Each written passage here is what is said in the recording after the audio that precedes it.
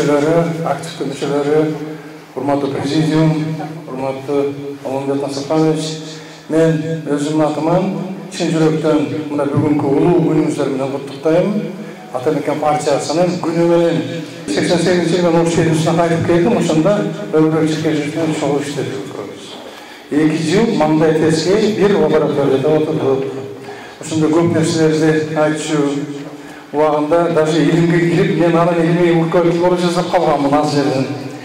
Анан кийин баягындай бир не болобу, счастье помогло дегендей, ошол кездеги өзүнүн чоң баягындай сверх активдүүлүгү менен ошол Ош Бизнестен кетишке аргасыз болду, анан депутат болду.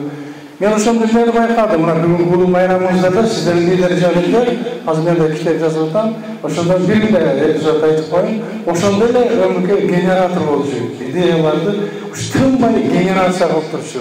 Ошондой жаш жигит болчу. Мен дагы жаш жигиттин кандидаты болчумун.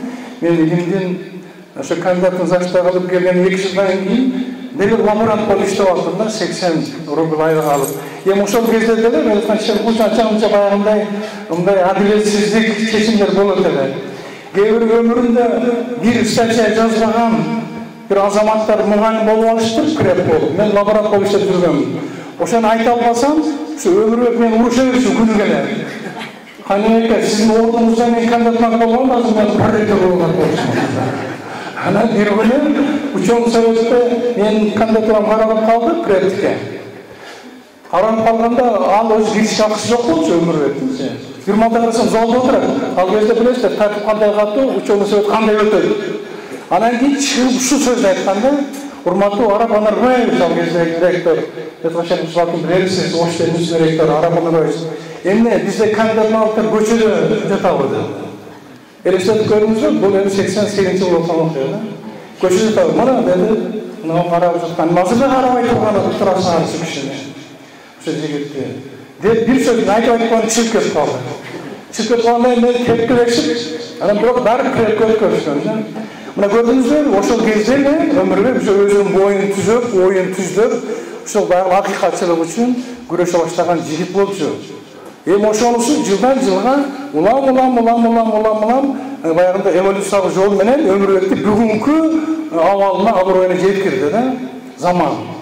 Метраш Шербуштун колунда эң баягындай бир активдүү депутаттардан болду. Мен сизге чоң ыраазычылык айтышым керек. Метраш Шербуш анча-мынча илимий эме, анча-мынча саясий ишмерлер, мисалы үчүн башка саясий ишмерлер азыр сиз мактагандай кылып мактап, сиз мактагандай кылып көтөрбөйт.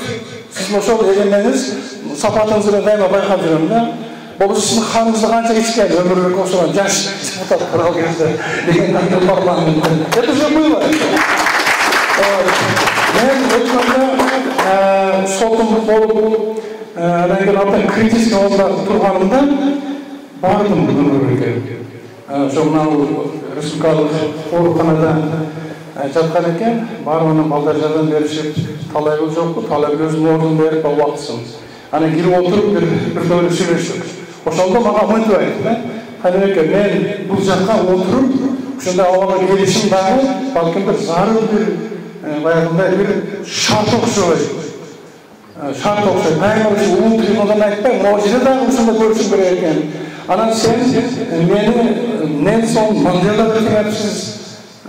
Теги жабахарлар нерва керек сүйлөпсүз. Ошонун дагы рикошети чийип кетип окшойт сизге деп кайта мени аяп атат. Мындай жигит бул. Ошон үчүн мен ойлойм, мына бул алтымышка чыгып атат. Сиздердин жаркыраган келечеги бар партияңыздар менен ал келет дагы ошону баштап дагы көп жеңиштерге алып барат. Бир эле Атамекен партиясын эмес, Кыргыз элин Кыргызстандын жеңишке алып барат. Себеби бул ошондой эмеге жетти, ошондой абалга жетти, чыңалды, күрөштү дегендей. Мен ойлойм, бул жөн эле келип кетип, баягындай бир эркини, баягындай бир жамандыктан бир кичине чекеш тийип кеткендей болду.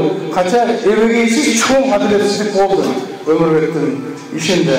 Ошон үчүн мына ушул сиздердин ушу Кажыбек Кайрат менен күрөшүп атканыңыздардын өзүнө таазим кылам, өзүмүн баш ийем, башымы ушунтип моюнумду сунуп силерге чоң рахмат айтам. Ушу Атамекен партиясынын келечеги кең болсун, ишиңиздер ийгиликтүү болсун. Мындай нерселер боло берет. Башка партиялар деле жыргап кеткен жери жок, аны көрүп атабыз.